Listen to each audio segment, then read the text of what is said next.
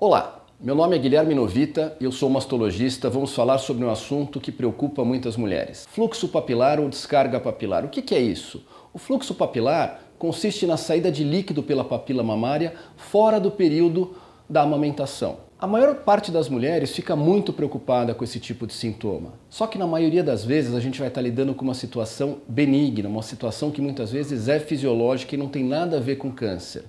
Apenas alguns fluxos, que são aqueles considerados suspeitos, que é a secreção praticamente de água cristalina ou sangue pela papila, é a secreção que realmente precisa de uma intervenção mais forte, que precisa de cirurgia.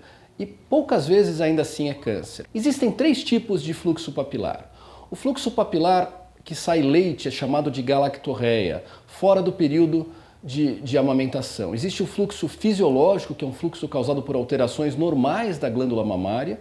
Existe o fluxo suspeito ou patológico, que está relacionado a alguma doença da glândula mamária.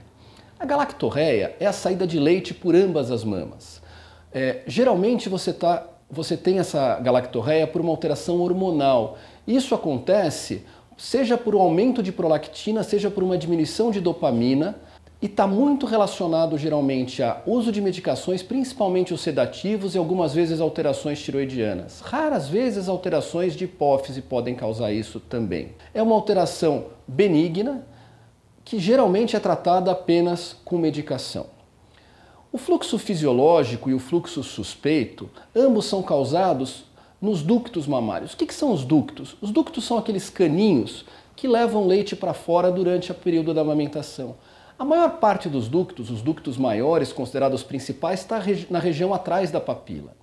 Esses ductos, algumas vezes, podem ter algumas alterações benignas ou malignas que podem causar o fluxo. O fluxo que a gente chama de fisiológico é um fluxo que nada mais é do que uma alteração benigna, algo normal do desenvolvimento humano, como ter uma espinha na pele.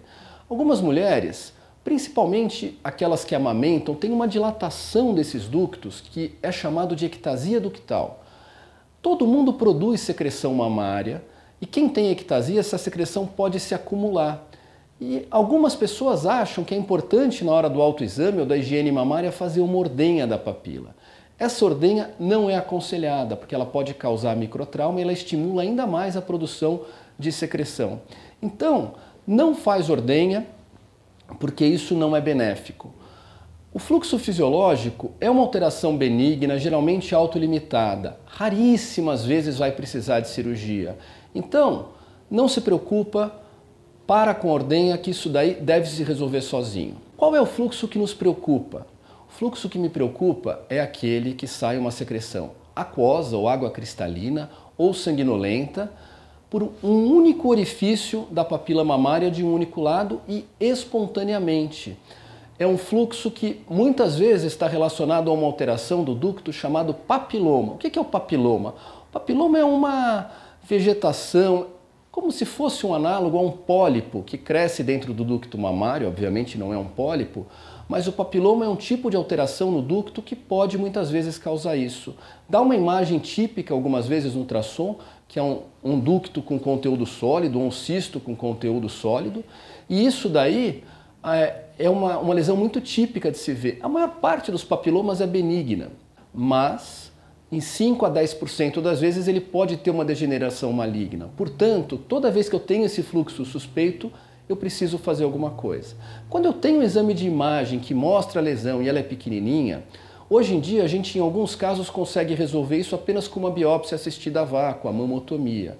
Outras pacientes vão ter que ser submetidas a uma cirurgia que vai consistir na retirada desses ductos de maneira seletiva ou de uma maneira completa, se a mulher nunca mais vai amamentar mesmo, para diagnóstico e ao mesmo tempo você acaba tratando o problema. A mensagem final que eu tenho para falar sobre o fluxo, na imensa maioria das vezes é benigna, não precisa fazer ordenha e quando alguém tiver um fluxo que sai espontaneamente, água ou sangue, esse precisa procurar o seu médico mastologista para fazer uma investigação maior. Obrigado.